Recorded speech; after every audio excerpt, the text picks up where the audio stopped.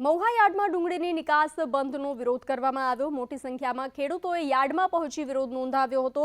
ખેડૂતો સાથે કોંગ્રેસ કાર્યકરો પણ વિરોધમાં જોડાયા હતા। કોંગ્રેસ કાર્યકરોએ ગળે ફાંસો ખાવાનો પ્રયાસ કરતા તેની અટકાયત કરવામાં આવી હતી। તો ભાવનગરમાં વિરોધના સૂર ઉઠ્યા છે। નિકાસ બંધીને લઈ વિરોધને લઈ ખેડૂતો આક્રમક મૂડમાં જોવા મળ્યા છે।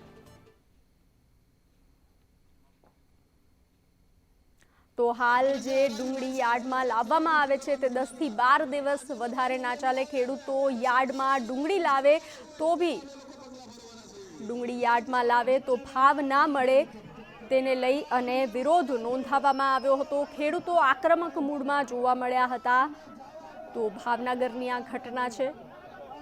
ભાવનગર નિકાસબંધીના વિરોધને લઈ ખેડૂતો આક્રમક મૂડમાં જોવા મળ્યા। મહુવા માર્કેટ યાર્ડમાં ડુંગળીની નિકાસબંધીના વિરોધમાં ખેડૂતોએ આજે યાર્ડમાં પહોંચ્યા હતા અને વિરોધ નોંધાવ્યો હતો। ખેડૂતો અને કોંગ્રેસ મળી વિરોધ નોંધાવ્યો હતો।